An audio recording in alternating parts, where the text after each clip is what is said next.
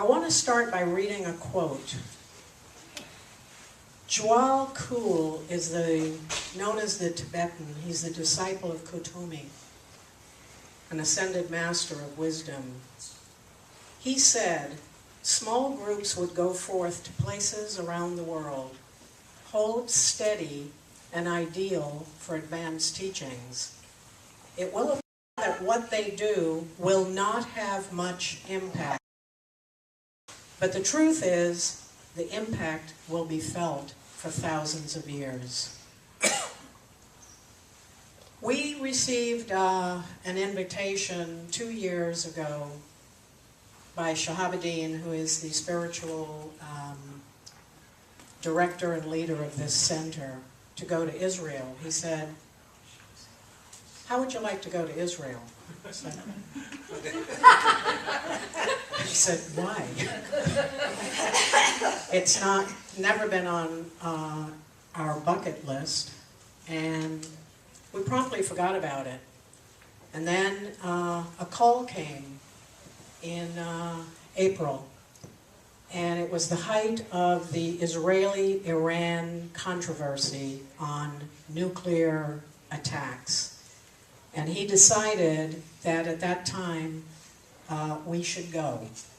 And not to be concerned, there were family members, one of them sitting in the audience, several in New Jersey, asking, is it going to be okay? What if the bombs start flying? And quite honestly, our response was, we know why we're going, and if the bombs fall, we will have gone out doing what we want to do with our lives. So, it was important work.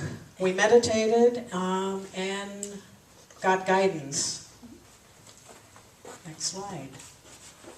The day before we were leaving, many of you may have recalled this Venus transit solar sign, I call it, that appeared over Sarasota. Very rare event. I got a call from Sharon Elizabeth around 1:45, and she said, drop whatever you're doing and go outside with your camera. Don't, just hang up the phone and go. And that's what was going on. And I photographed it, as did many people in this room, for about 2.5, 3 hours. And that circle of light became an important message, not only for us upon departure, but what happened while we were in Israel. And do a tour of northern Israel, which is known as the Jesus Tour. Quite frankly, that is what they call it. In this area of the Sea of Galilee is the location of all of Jesus's most memorable and notable miracles. The marriage feast of Cana, the Beatitudes, the walking on the sea, and of course his birthplace of Jesus the Nazarene. Magdala was the home of Mary Magdalene. So we hooked up with a guy named Shimon from Morocco who had returned to Israel, his birthplace. I would call Shimon a Zionist, and that means a person who is in support of the Jewish nation state. It was a 2-hour drive from down here in Jerusalem, where we were, up to the Sea of Galilee, and we were thrilled to have a Kabbalistic scholar as a tour guide. And he took us from Adam and Eve to June the 7th of 2012 on that tour.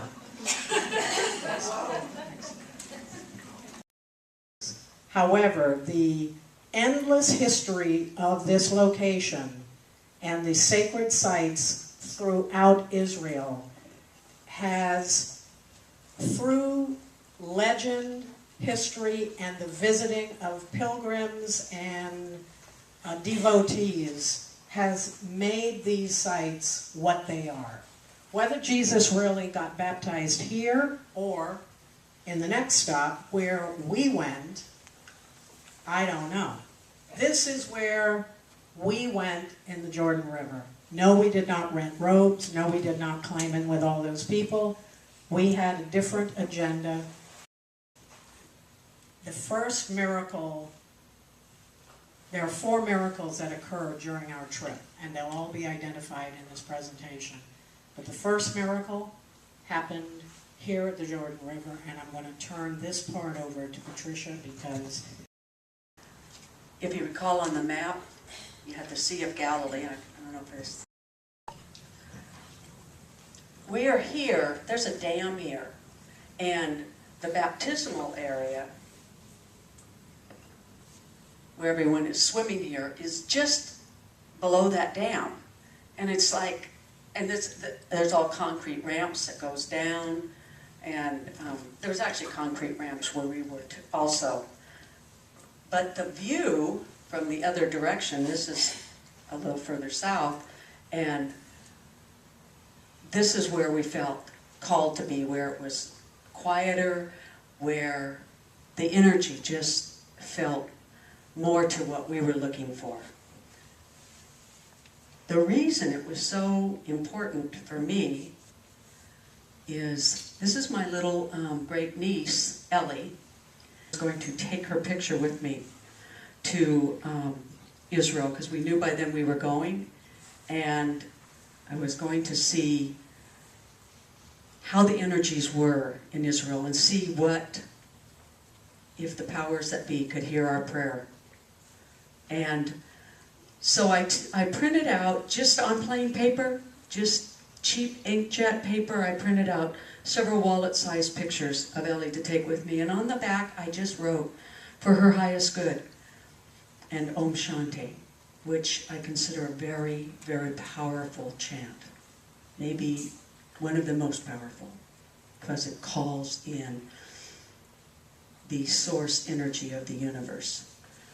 So the first thing I did was I took her picture down to the river, and I was soon joined by an otter who swam over to where I was about to dip Ellie's picture into the river. And he swam right up, or she did, I don't know.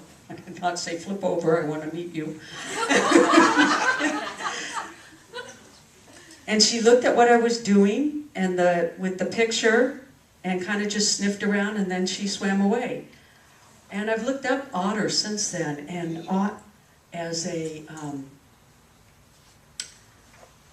totem.